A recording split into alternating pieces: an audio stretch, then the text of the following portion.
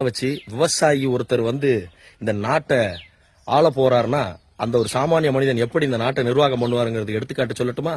நீங்க 100 நாள்ல விருதாச்சலம் மாவட்டத்தை உருவாக்குறேன்னு சொல்லி பொய் சொல்லி ஒரு குழந்தைய கூட ஏமாத்திட்டு போயிட்டீங்க. இன்னைக்கு அந்த குழந்தை 9வது படிச்சு கேள்வி கேக்குது உங்ககிட்ட. அன்னைக்கு நீங்க சொல்லிட்டு போனீங்களே முதலமைச்சரே, ஏன் இன்னைக்கு வரைக்கும் எங்களை மாவட்டத்தை உருவாக்கல? சரி, விருதாச்சலத்தை தான் உருவாக்கல, தமிழ்நாட்டில் எங்கேயாவது ஒரு புது மாவட்டத்தை உருவாக்கி இருக்கீங்களா அப்படின்னு அந்த குழந்தை கேக்குது. பதில் இல்ல. ஏன்னா அந்த குழந்தைய கூட நீங்க ஏமாத்தி இருக்கிறீங்க.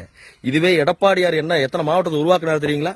செங்கல்பட்டு மாவட்டம், ராணிப்பேட்டை மாவட்டம், திருப்பத்தூர் மாவட்டம், கள்ளக்குறிச்சி மாவட்டம், மயிலாடுதுறை மாவட்டம், நாகப்பட்டினம் மாவட்டம், அந்தாண்ட தென்காசி மாவட்டம், மொத்தம் 7 மாவட்டத்தை உருவாக்கின ஒரு புரட்சி தமிழர் எடப்பாடியார். அதை மறந்துடாதீங்க. உண்மையான நிர்வாகத்திறன் தெரிஞ்சவர் முதலமைச்சர் எடப்பாடியாரால மட்டும்தான் முடியும். ஒரு விவசாயியால மட்டும்தான் முடியும். உங்களை மாதிரி ஊரை ஏமாத்திட்டு இருக்கிறவங்களால கண்டிப்பா இதெல்லாம் நிர்வாகம் செய்யவே முடியாது. என்ன காரணம்னா, சாதாரணமா ஒரு மாவட்டத்தை உருவாக்கணும்னா அந்த மாவட்டத்துக்கு ஆகக்கூடிய செலவுகள் 500 கோடி குறைஞ்சபட்சம் ஆகும்.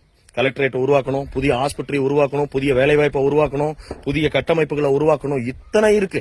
புதிய பேருந்து நிலையத்தை உருவாக்கணும், இவ்வளவு இருக்குது. புரியுதுங்களா? ஆனா உங்களை மாதிரி ஊரை ஏமாத்துறவங்களால அது முடியாது. எடப்பாடியார் ஏற்கனவே ஒரு 4 ஆண்டு ஆட்சி காலத்துல 2.5 வருஷம் கொரோனாவும் முடிஞ்சு போச்சு. மீதி இருந்த 2 வருஷத்திலேயே 7 மாவட்டத்தை உருவாக்கி காட்டியிருக்காரு.